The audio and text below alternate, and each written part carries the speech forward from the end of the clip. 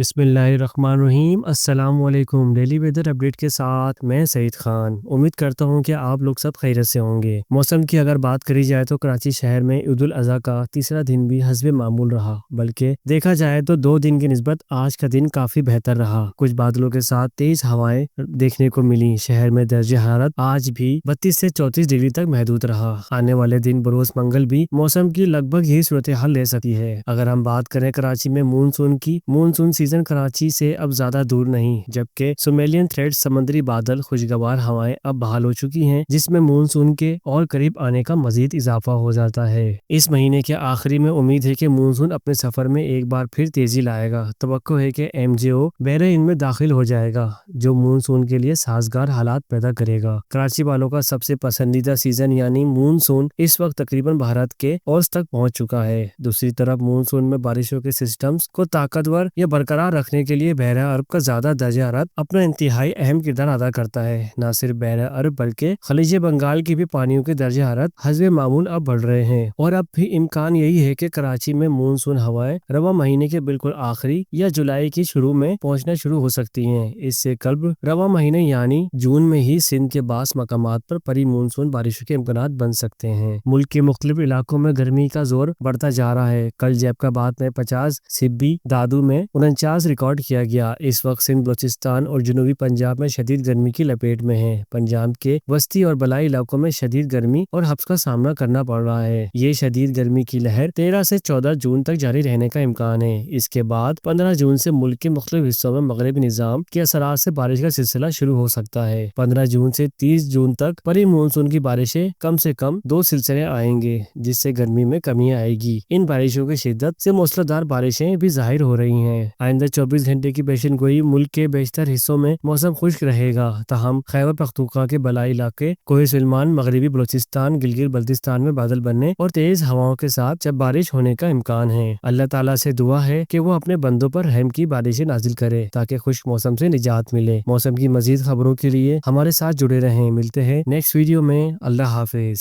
اگر آپ کو ہماری ویڈیو اور ہماری معلومات اچھی لگتی ہے تو پلیز لائک ضرور کیا کریں۔ شکریہ۔